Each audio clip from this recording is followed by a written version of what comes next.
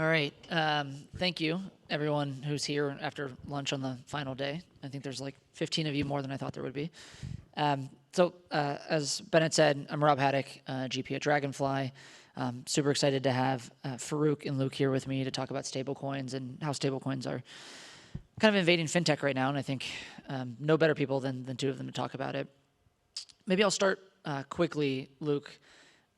If you want to introduce yourself, tell everybody what you do, and maybe quickly, if they don't know, what MoneyGram is doing in stablecoins.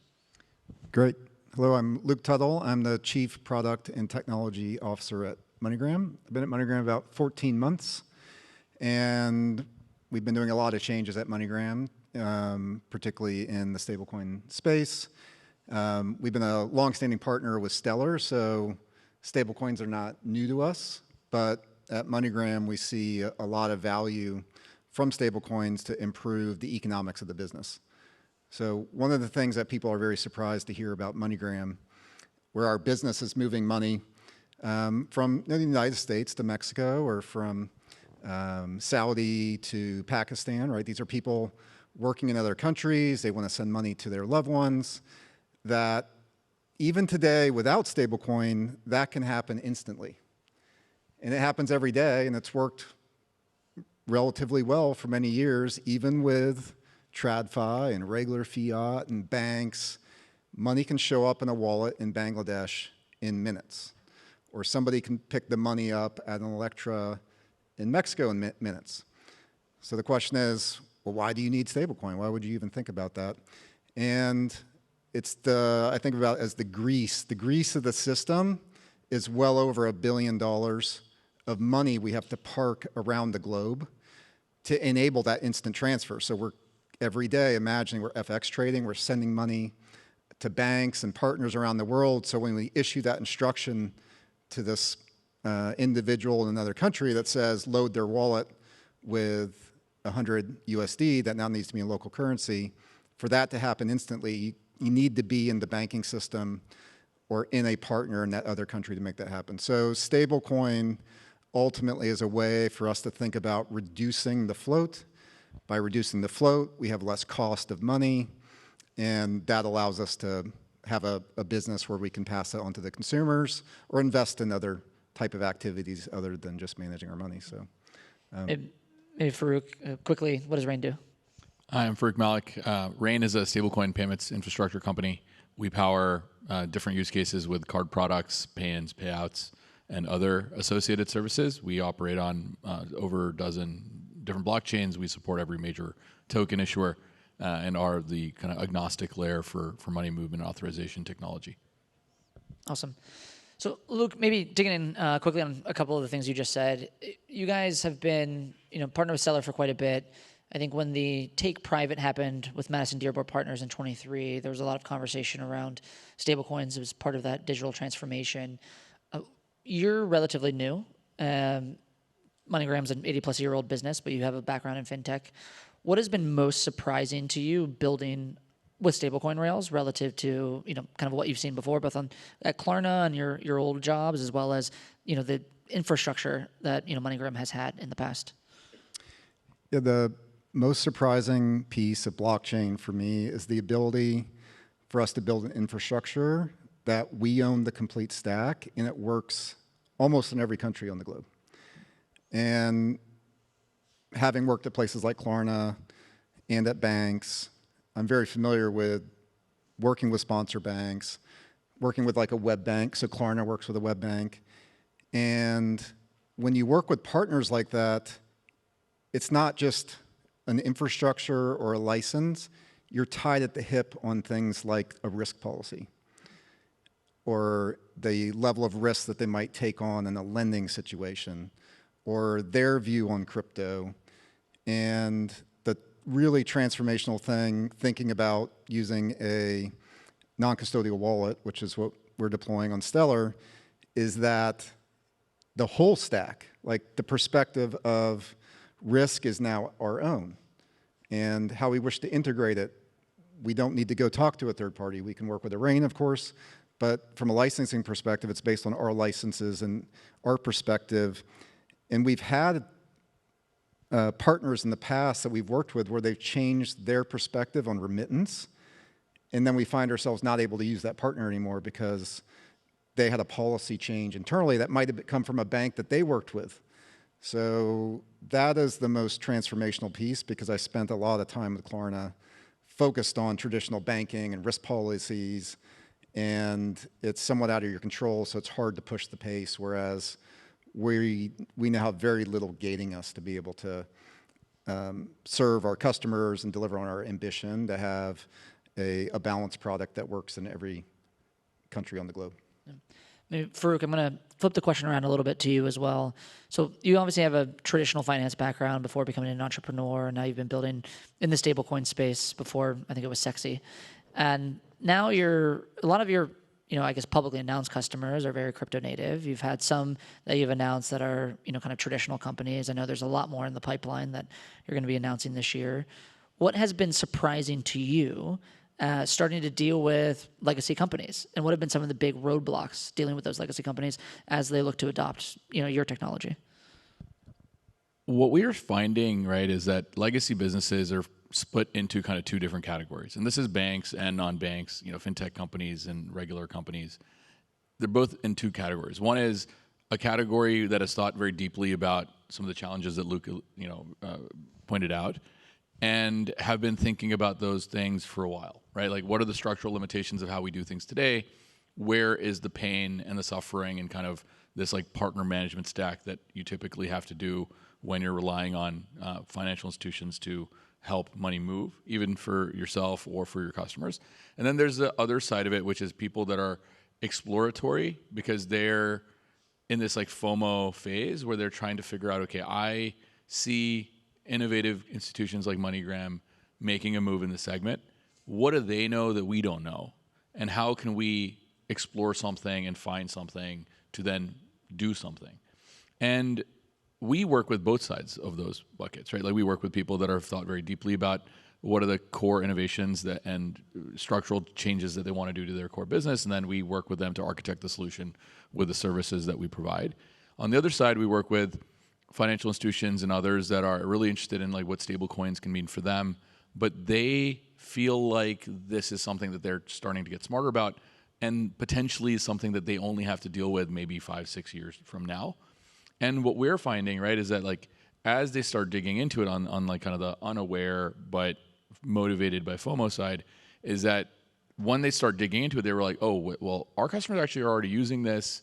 This is something that is very similar to a lot of the stuff that we are doing today, and there's meaningful improvements by moving money 7 days a week or 24 hours a day rather than 5 days a week, and there's a lot of efficiencies to be gained, right? And so that's one of the things we're discovering. And then the other thing that we've been surprised by is that normally you don't have people that are kind of FOMO motivated moving fast based on something that they learn generally. I mean, just generally, as like a founder or anybody in here probably knows this, right? Like, legacy businesses generally take a while to figure out what they want to do about things. But we've seen like several examples where somebody has reached out to us, they really don't know how they feel about this, they want to learn, and then they find something, they kind of catch on to it, and then they want to move super fast. And so it's been really interesting to kind of see this like open, like the aperture opening where large institutional players are starting to see, okay, well, there's a lot of really interesting stablecoin use cases now from stablecoin native companies. How can we be doing some of those things, right? So obviously the stablecoin space has changed a lot in the last year and a half. I know it's changed a lot for your business. Between those two parties that you just talked about, how much education are you still doing? How many people still fit into that bucket of like, hey, we don't really know what's going on here. We don't really know how to adopt this technology. And how have you seen that shift over the last year? So over the last 12 months, we now know, right? Like, our customers are the tip of the spear in the most innovative use cases that are out there today. And so they're interfacing across the legacy businesses who they are potentially rubbing up against their core customer base, or there's this cross-pollination happening of like customers that would normally be at a large financial institution, but then they're exploring new types of products, right? And they're like, the people at the legacy institutions are like, well, we're starting to lose customers to a cast, for example, right? And how do we actually maybe play a little bit of defense? Or what are we missing? Is there another opportunity that we've completely ignored just because we were mentally limited by this like national border concept of financial services, that you can now kind of go across different boundaries and provide a uniform financial product through stablecoins that before you would have had to issue multiple different products, multiple different ways. They would have all had different legal limitations, structural limitations, technical limitations, and it just would have been very complicated from a product and technology perspective. And so now, like, a lot of these folks are coming in and saying, hey, we're really opinionated about this and we want to move fast. So Luke, coming back to you, both you and Farooq have just talked a little bit about like efficiency and like cost savings. Do you see benefits on the revenue side of your business as well in terms of driving more engagement, being able to bring more customers on platform? Yes. I have one point. I don't know if either of you were calling us a legacy business, but we're very happy to be on the FinTech panel. So as a company, we're really rethinking ourselves, right? And having taken decisions. A transformed legacy business. Yeah, transformed legacy business.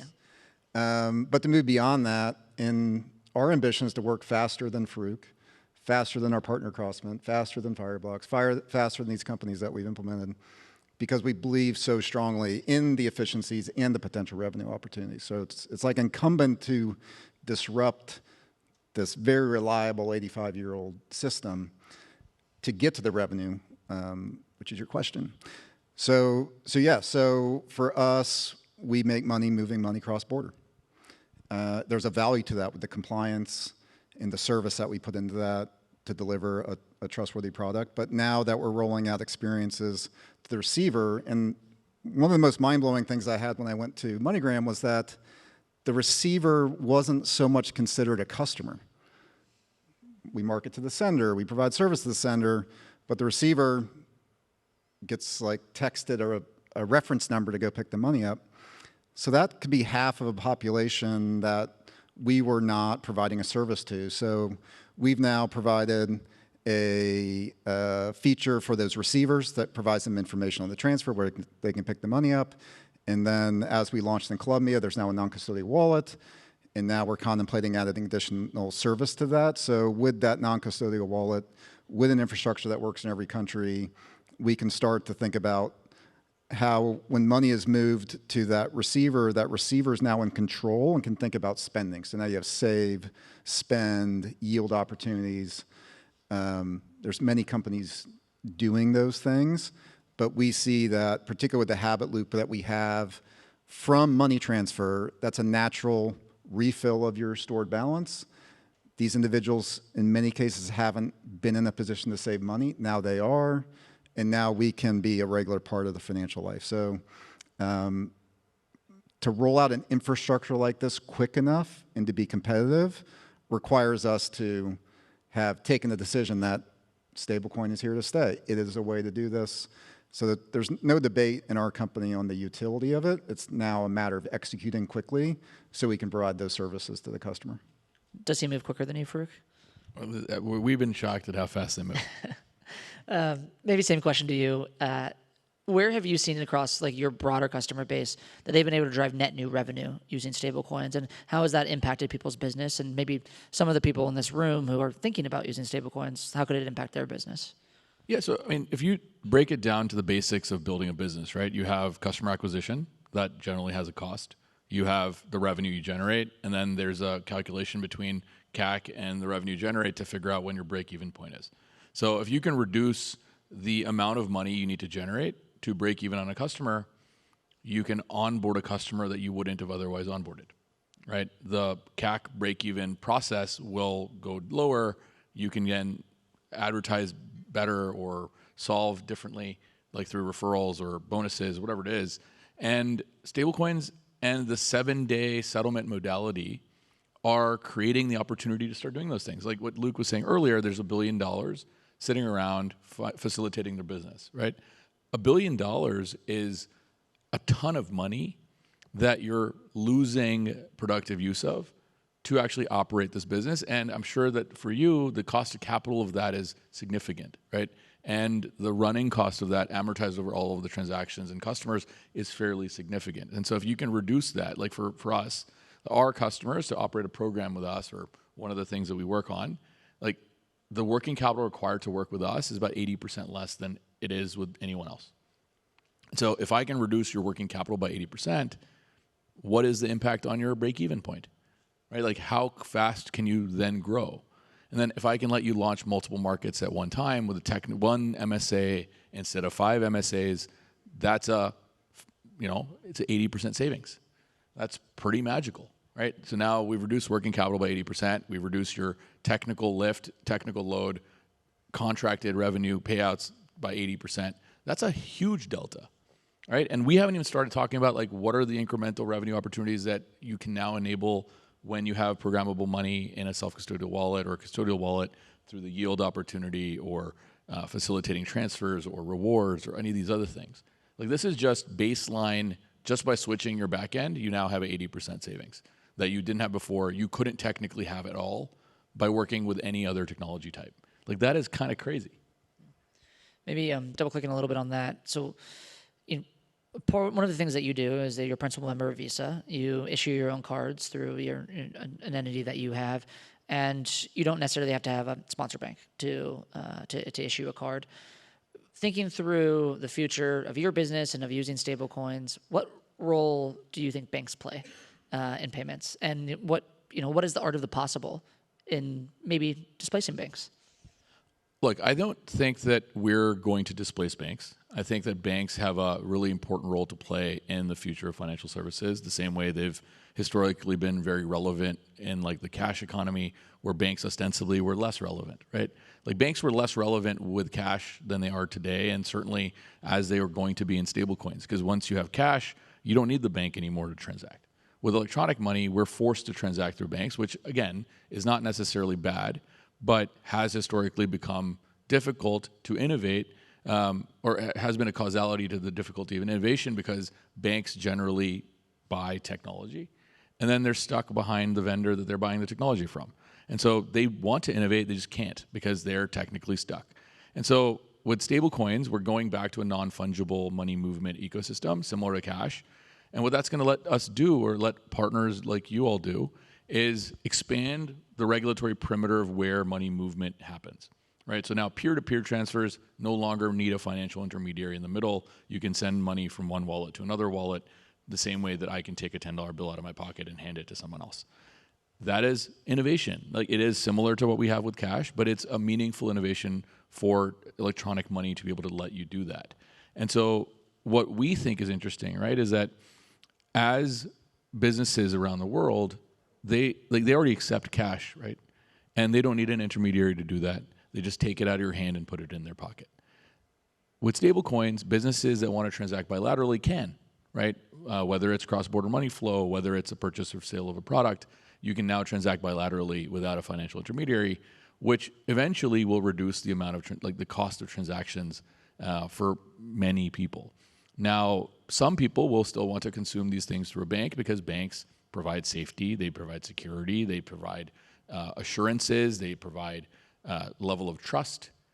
And those things are intangibles that are super valuable. And so just to say, hey, stable coins are going to eliminate banks, I don't think that that's right, because banks don't necessarily just provide a place to hold your money. They provide all sorts of other services. Luke, you obviously operate a very global business. There's been regulation in the EU with MiCA, and the US with Genius. There's different kind of rules and regulations that are happening between like Hong Kong and Singapore and parts of Asia. Africa, it seems to be very dispersed between the different countries. Does the lack of harmonization of the regulatory regime make it tough for you right now to operate, especially as you go into stablecoins?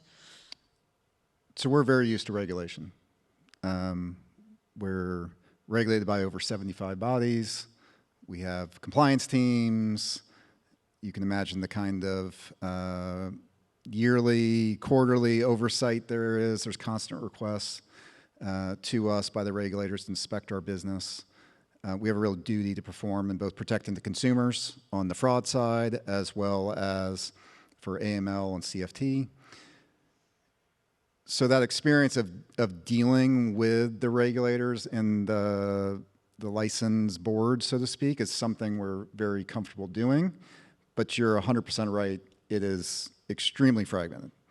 So in every country, we have to go do an individual review of what's happening in that country, where are they out on the curve, what's the dates of the different policies they're going to enact, when those are enacted or are already in force, how might that need to change our disclosures? So in our experience, we're having to design some fairly small, nuanced pieces around how do you disclose that you have a stablecoin. And the regulation in the US to send money to another country, there's this regulation E, and in that you must disclose the currency you're sending to. So you need to tell the sender that's, maybe they're starting in fiat, sending to USDC, the receiver's receiving it in USDC. You can't say it's just USD. It has to be fully disclosed how they're receiving it, even though it's equivalent to USD. So there's just many of these nuances, and you can think about if your systems only worked with a 3-digit currency code, well, what do you do now that you got USDC? So it'd be nice not to have to do that, but the regulations can be fairly specific in the disclosures that you need to make, and we need to, as you pointed out, do that in every country. There are some countries where it's very difficult or a very long period of time, and those are the countries that have quite a bit of monetary policy. So even though you can have wallets really outside borders, citizens within borders still must live within the monetary policy of that country. So compliance and regulation, unfortunately, I see, or I don't know if it's unfortunate, but the nature of it is there will be more regulation because at some level, a regulator can ask for more now.